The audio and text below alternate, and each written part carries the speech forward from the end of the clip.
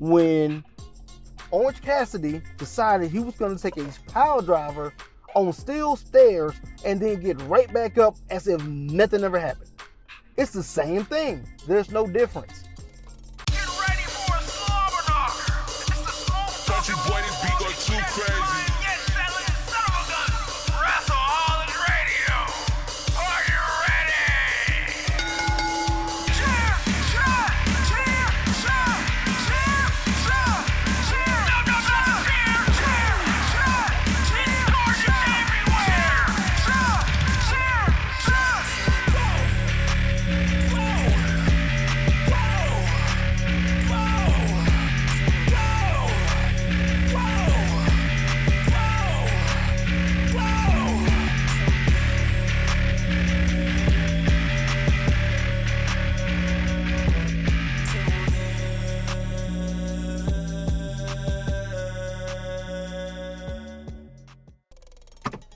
What's going on, everybody? It's your boy Stephen Ramon, and you are watching another edition of Chair Shot Commentary here on WrestleHolics Radio. So, I'm not gonna have time to hop in the studio and do all the nice fancy stuff I normally do. So, we're gonna have a little conversation real quick about something that I noticed last night with NXT. Now, when you look at NXT Halloween Havoc, personally, I feel that it was a very well-rounded show. Did good entertaining matches. Typically NXT, they always deliver nice, clean product. Okay, but the way the main event was booked, this is the entire purpose of my video. There were some things in the main event in the Devil's Playground match that kind of left me scratching my head in concerns to what the long-term vision for WWE NXT really is. Okay, now allegedly NXT was looking to shift away from being a developmental system and wanted to be established as more of a actual credible third brand. Cool, don't have a problem with that. But if we're going to do that, then we got to look at the way that we book things, because booking matters. Okay, I think I might put that on a t-shirt actually. When you look at the way that main event was booked last night, there were certain things that happened in the course of that match that gave me very reminiscent vibes of AEW style match production. For example, there was a spot in the match where I believe it was Trick Williams ends up taking a DDT on a steel chair, right? 1, 2, kick out. Well, not a kick out, but a shoulder up, right? It was a super strong shoulder up. And you could say, yeah, I'm nitpicking. Okay, I could be. However, again, booking matters. Details matter. All of these things, they matter, okay?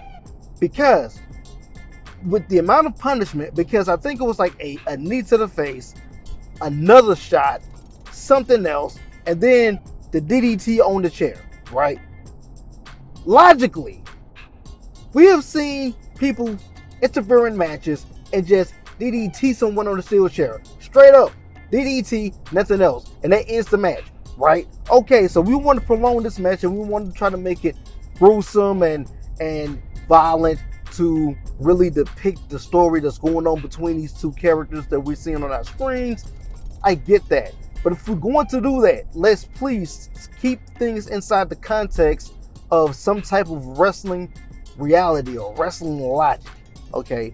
Because when you look at the way that this main event match was produced, there was another segment in the match where you get Trick Williams getting a what is this move? A Ego's Edge through the announce table. He kicks out again, and this is after taking another barrage of punishment, and he kicks out. I'm like, come on, this is almost just this is like the same thing we saw in AEW when Orange Cassidy decided he was going to take a pile driver on steel stairs and then get right back up as if nothing ever happened. It's the same thing. There's no difference. And when you look at that kind of booking, those kind of antics, right? When you look at that, you know where you see that kind of booking at? Indie shows. And I have nothing against indie shows. I like indie wrestling. It's cool. It's wonderful.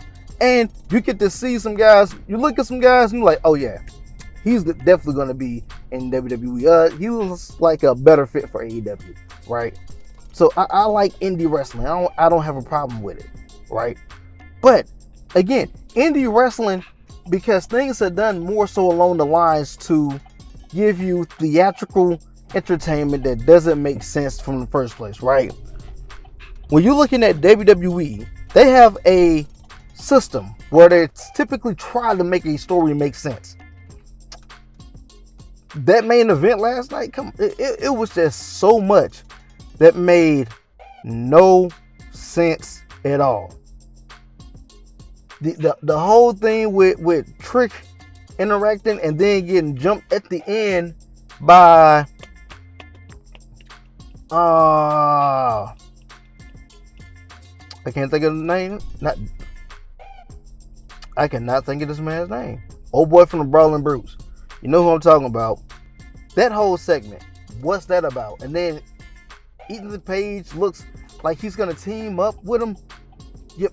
It's sloppy storytelling, right? Last night, that main event was really sloppy. And what had been typically a very clean story, it got real sloppy last night at the end. Like, nothing about this story makes sense anymore. So now, is Ethan Page still going after Trick? Is it going to be the other guy that's going after Trick? Like, what's going on? And just like the whole situation with Ridge Holland, and because that's his name, with Ridge Holland and Trick Williams. Not Ridge and Trick, Ridge and Bubba Ray.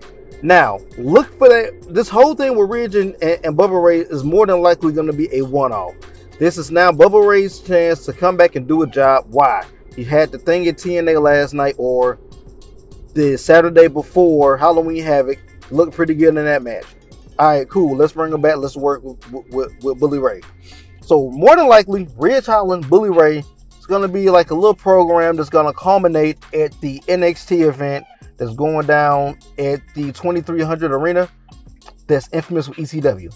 That's a historical thing. That's all it's going to be. Should be interesting. Either which way it go.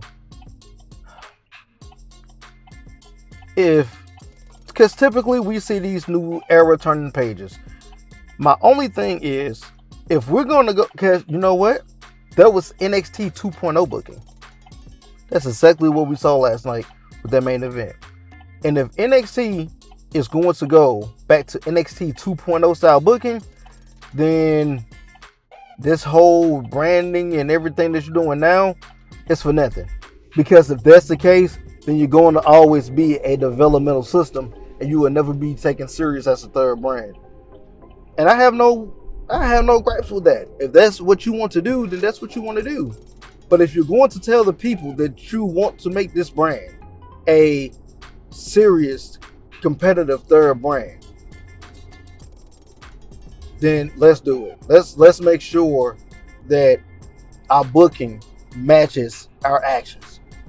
But all right, guys. Again, sorry I couldn't get the whole nice little pretty setup with you for this video. But hopefully you enjoyed it. If you stuck around to the end, do me a favor, hit that like button, hit that subscribe button. Hop down in the comment section, let me know what you think. And until next time, have a seat. Peace out.